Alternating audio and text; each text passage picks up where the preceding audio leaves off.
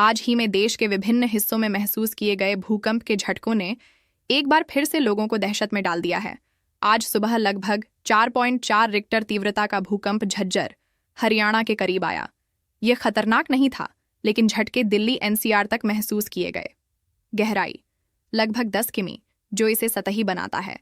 सतही झटके ज्यादा महसूस होते हैं, पर इस घटना में क्षति नहीं हुई। हर बार जब धरती हिलती है तो यही सवाल सामने आता है, आखिर भूकंप क्यों आता है? इसका केंद्र क्या होता है और इसकी तीव्रता कैसे मापी जाती है? विशेषज्ञों के अनुसार पृथ्वी की सतह एक ठोस परत नहीं है, बल्कि यह 7 बड़ी टेक्टोनिक प्लेट्स से बनी है, जो लगातार अपनी स्थिति बदलती रहती हैं। जब ये प्लेट्स आपस में टकराती हैं या एक दूसरे के ऊपर नीचे खिसकती हैं, तो ऊर्जा का भंडार बनता है। यह क्षेत्र जहां प्लेटों की आपसी हलचल होती है, फॉल्ट लाइन कहलाता है। समय के साथ जब ये प्लेट्स एक दूसरे पर अत्यधिक दबाव डालती हैं, तो उनके किनारे मुड़ने लगते हैं और अंततः टूट जाते हैं। इस टूट फूट से जो भूगर्भीय ऊर्जा निकलती है, वह धरती की सतह को हिला देती है, और यही झटका भूकंप कहलाता है। क्या होता है भूकंप का केंद्र और क्यों होता है उसका असर अलग अलग? भूकंप का केंद्र वह स्थान होता है जिसके ठीक नीचे प्लेटों में हलचल शुरू होती है। इस बिंदु को वैज्ञानिक भाषा में हाइपोसेंटर और सतह पर इसके ऊपर के स्थान को एपिसेंटर कहा जाता है।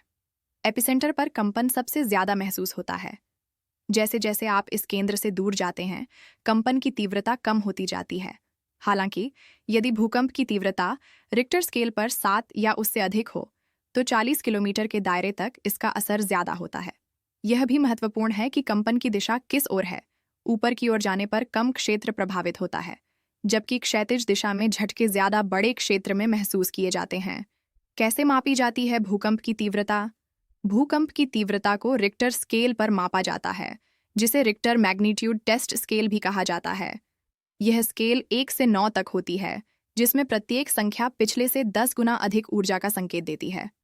उदाहरण के लिए 4.0 से कम तीव्रता वाले भूकंप हल्के होते हैं और आमतौर पर नुकसान नहीं करते। 6.0 से ऊपर के भूकंपों से संरचनात्मक नुकसान की आशंका रहती है। 7.0 और अधिक तीव्रता के भूकंप विनाशकारी साबित हो सकते हैं। रिक्टर स्केल यह मापता है कि भूकंप के दौरान पृथ्वी के भीतर से कितनी ऊर्जा निकली और उसने सतह को कितना प्रभावित किया। सावधानी ही सुरक्षा है। विशेषज्ञों का मानना है कि भूकंप को रोका नहीं जा सकता, लेकिन सही निर्माण तकनीक, समय रहते अलर्ट सिस्टम और जन जागरूकता से जान माल का बड़ा नुकसान टाला जा सकता है।